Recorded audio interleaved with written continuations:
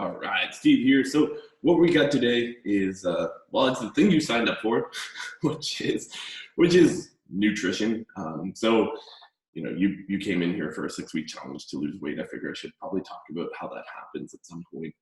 But realize that like you doing all these things, all these stress reduction exercises, and having the knowledge in terms of like how to reduce stress and how to bring your best self to the forefront all the time. I mean, that's the shit that I care about. Is that like if you know how to keep the like your best self is somebody who is, if you're here, your best self, your best self is somebody who takes care of their health 80% of the time. That's really that's what your best self does. So you're just somebody who likes vegetables most of the time and goes for walks on those days and drinks water instead of crap. Like that's just what your best self does. So doing and keeping in mind who your best self is, that's all we're doing, right? So I said we were going to talk about nutrition, so let's talk about nutrition. Give me 1 sec to share my screen.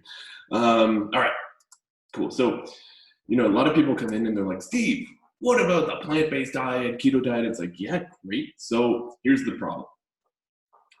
Not to completely dismiss. Actually, here's my little disclaimer. So keto diet, the keto diet has its place if your medical professional recommends it for to reverse the effects of diabetes. Like sometimes people, when they get so deep into diabetes that they're struggling, and it's like diabetes definitely can be reversed with the keto diet. Now, with that being said, it is not a long-term solution.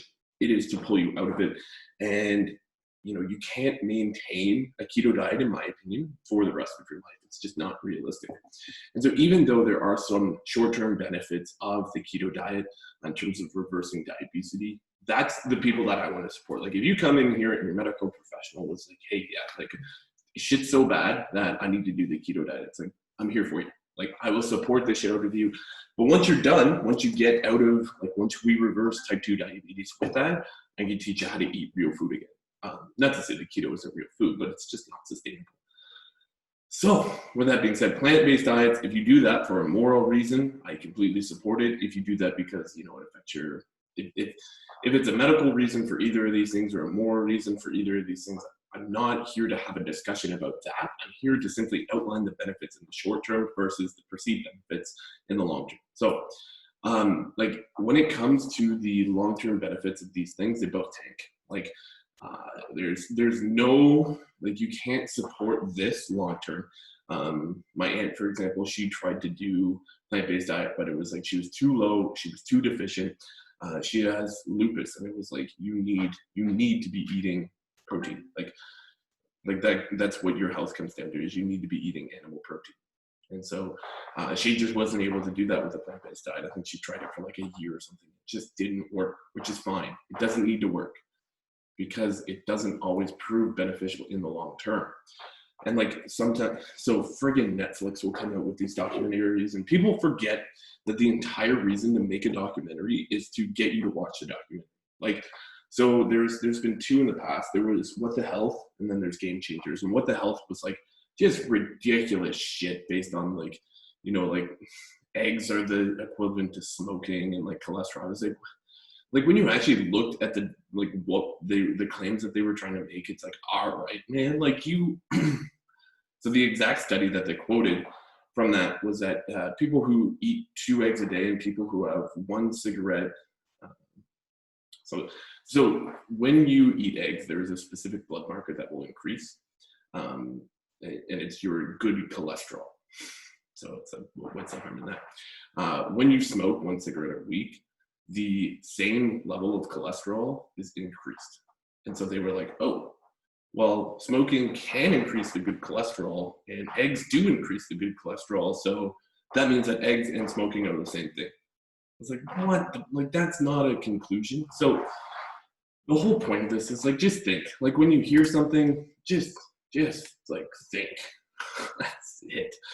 All right. So why don't I do the keto diet or the plant-based diet in the long term? Well, do you want to eat plants for the rest of your life? Yes? Okay, great. I support it. Do you want to eat only meat and vegetables and nuts for the rest of your life? Really? okay, I support it, as long as you can do this for the rest of your life. But you're probably not going to, and the health benefits are probably not as substantial as you think they are. So think. So the research says, well, here's the problem. The research says, here, I get pretty fired up over this stuff because people always look for the quick fix, and they forget that they're like tattoos. Like people were like, oh yeah, I want to get this tattoo, and it's like they wait like a week till they go get it. It's like, dude, you're gonna have that for the rest of your life. Like, I have a tooth. Just give yourself some time to think about it.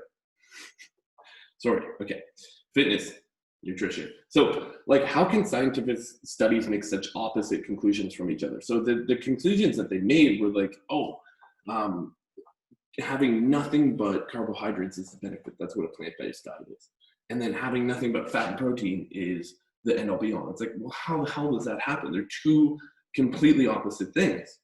It's like, well, they rely too much on truthfulness.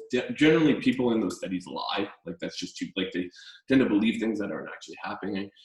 They observe and draw data statistically. So, like, sometimes I drop stats that are, like, prove my point a little bit more, but it's like you can't conclude something off of stats and stats alone.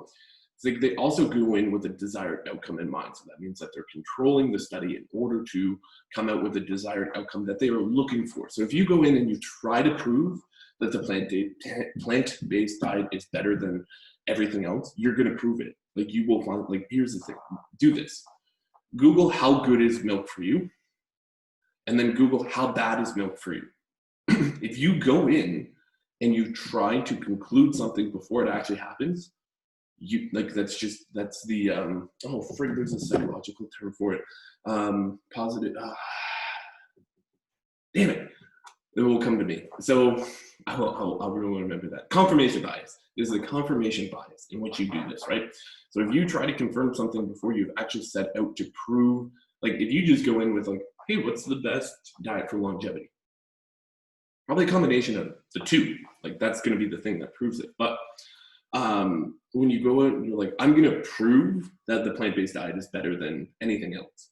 It's like, yeah, you can, because you're going to you're going to draw conclusions off of stats that, like, and you're going to ignore all the other stats. So, and like another problem is they like almost never ever look at repeatability of their hypothesis. So if you go in and you try to prove the fact that the keto diet is great in the short term, one, you're never going to do that same test again. Like, the same scientists don't run the same, like, they'll take a control group of 50 people and then they won't test another 50 people. And those 50 people could all be the same age, height, and gender. It's like, well, frig. Like, are we only testing one subset of like the entire human population? Like, there's 8 billion people. And then they go, they test it, they do it once, and then they don't repeat it. And so they can never repeat their hypothesis. So here's what I'm saying. Think. So it's like, it's incredible the fact that I'm going to cut this video short because I've already talked too much. But when you actually look at like what the keto diet does and what the plant-based diet does in the short term, it's very, very easy to see that, oh, okay, like there are some short-term benefits. Like, you probably know a friend who did the keto diet, they dropped like 30 pounds in 10 weeks or whatever it was. You probably have heard that story. But what they didn't tell you is like the before photo and then the after photo are two different things. And then there's the after photo, which is like heavier than this photo. So it's like, you really don't fuck around with it. That's my, can you do it for the rest of your life? Yes. Okay, let me try to talk you out of it. It's kind of where I'm at with this, but do something that you can sustain for the rest of your life. Not the next 6 weeks, not the next 10 weeks. What are we doing in this 6-week challenge? We're building foundational habits so that you can take with you for the rest of your life. Is that beneficial? I like to think so. I like to think that if you're a healthy, happy person who shows up as your best self 80% of the time, you're going to be doing just fine for the rest of your life. And you're going to be eating foods that you like. Anyway, that's why we stick to mostly whole foods 80% of the time. Maybe you have a fruit roll-up every now and again. That's totally cool. Why? Because shit tastes good. It's a good, like, fruit roll-ups are tasty. Anyways, that's it. Have a good day. I think I broke a sweat during that one.